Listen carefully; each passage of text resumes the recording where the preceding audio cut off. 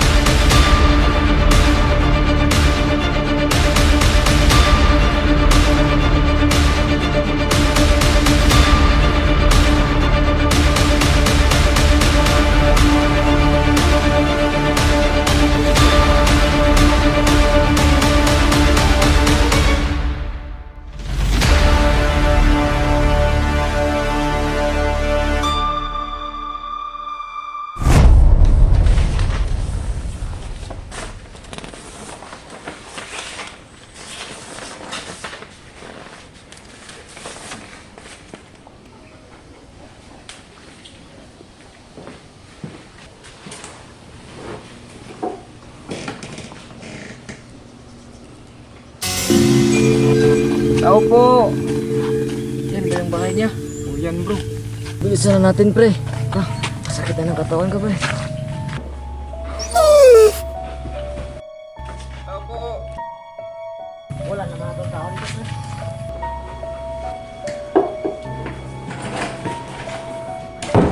Anong problema niyong dalawa?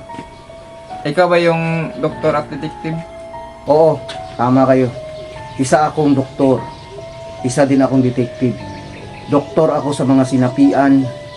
Doktor din ako sa mga naingkanto. Tawagin nyo na lang akong detektor mo. Bakit?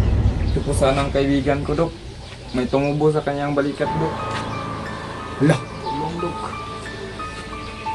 Sakit ang balikat ko, Dok. Sige, pumasok kayo sa loob ng bahay.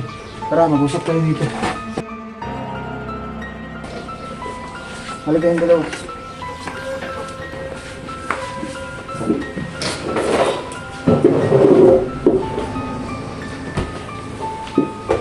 Tingin. Sobrang sakit! Oh no! Huwag kang malikot. Aray! Ah!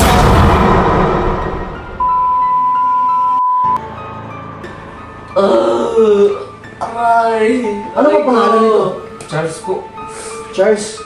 Ikaw, ano pangalan mo? Yan po. Aray! Ay, gamutin mo na! Ito na. Huwag kang maingay. Grabe yun. Sobrang sakit! Matindi yung tama niya. Aray ko! Ah! Kalma lang kayo. Ito na, gagamutin Aray. ko na yun. Sobrang sakit pa rin, Dok. Aray! Inhale, inhale. Exhale. Inhale. Exhale. Dito daw. Inhale. I-pexel mo na, Dok. Exhale. Ano ginagawa mo sa akin, Dok? May sakit siyang demonyo-demonyo. Ano yan, Dok? Ayan o, may sungay o. Ah! Suspetsya ko din, yung kabilang balikat niya, tutubuan niya ng sungay. Ano? Yan nga, Dok. Dok, ito nga, Dok. Ay. Oh, ayan o. Oh, tingnan nyo. Tutubo na yan mga ilang araw. Suspetsya ko yan. Dok, paano ito mawawala, Dok? Mawawala lang yan kapag kukwento nyo sa akin kung anong dahilan, bakit nagkasungay yung balikat niya. Pre, ikwento mo sa kanya, pre. Sige daw, ikwento mo daw sa akin. Detektor mo. Ganito po kasi ang nangyari. Nagkukay kasi kami ng kanal sa likod ng bahay nila, Dok. Totoo ba yan, Charles? Opo. Tapos po, meron po kaming naputol na ugat. Sinong nakaputol? Siya po. Hindi ko yung sinasadya, Dok. Anong kulay? Pula. Pulang ugat? Opo. Naku, nahukay nyo yung bahay siguro ng demonyo. Baka nga po, Dok. Kasi may puno dun sa unahan, Dok. Mga ilang minuto po, nangati bigla yung balikat niya. Tapos, Pagkatapos nun, Ay. sumakit na din yung ulo niya. ganun bang nangyari? So bakit 2 araw pa ang nakalipas bago nyo dinala dito yung pasyente na yan? Kasi Ay. akala namin normal lang yung pangangatin niya. O akala mo, allergy lang. Oh, Tapos yan pala, sungay yung tumubo. mga ikalawang araw, tumubo na tong sungay na malaki. Ay, kay, delikado yan. Pagdilat ng mata niya sa umaga. Tulong. Ano ba dapat gawin, Dok, para gumaling itong kaibigan ko? Okay, ririsitahan kita, bata. Ito. So, kailangan mo ng Demon Sisitamol. 100 pieces. Tapos, Dimutadine. Kailangan mo din to. Itong pinakamatinding gamot na ibibigay ko sa'yo, ang pangalan nito, anti-demonic. Ayan. Iinumin mo ito ng isang buong taon. Ha? Isang taon. Oo. Ikaw na humawak niyan. Saan to hanapin, Dok? Ah, meron ako dito sa kwarto ko. Wala kayong pera dala? Wala, Dok. Sige, pautangin ko muna kayo, ha? Zero. Kunin ko lang sa kwarto mamaya. Ay. Pero ilang araw to ininumin, Dok? Yung Yung Demon Sisitamol. 1 week yan, na tuloy-tuloy. Oras-oras. Itong Dimutadine, Dok. Para saan to, Dok? Para hindi na tumubo yung isang sungay dito sa balikat niya. Okay na? Last na to, Dok.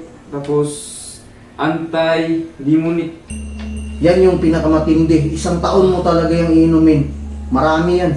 So magkano isang tabletas, Dok? Nasa ano lang, 0.9 centavos. Mura lang. So ganito na lang, kapag hindi gumaling yung kaibigan mo sa mga gamot na ibibigay ko, bumalik kayo agad dito sa bahay, ha? Sige, Dok. Sige. Kuha lang ako ng gamot sa dilit. Sige, Dok. Salamat, Dok. So, hintay kayo, ha?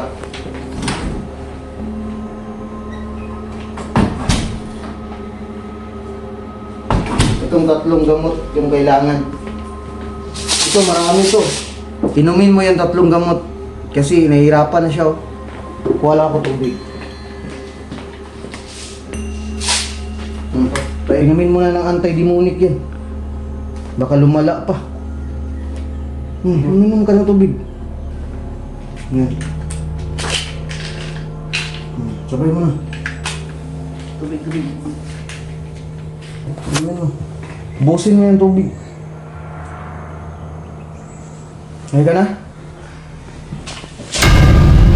Oh! Ano nangyari sa kanya? Tulong na po! Ito na. Dok, tulong mo po, Dok! Wala na akong magagawa kung hindi gamitin tong mga gamit ng mga inkanto.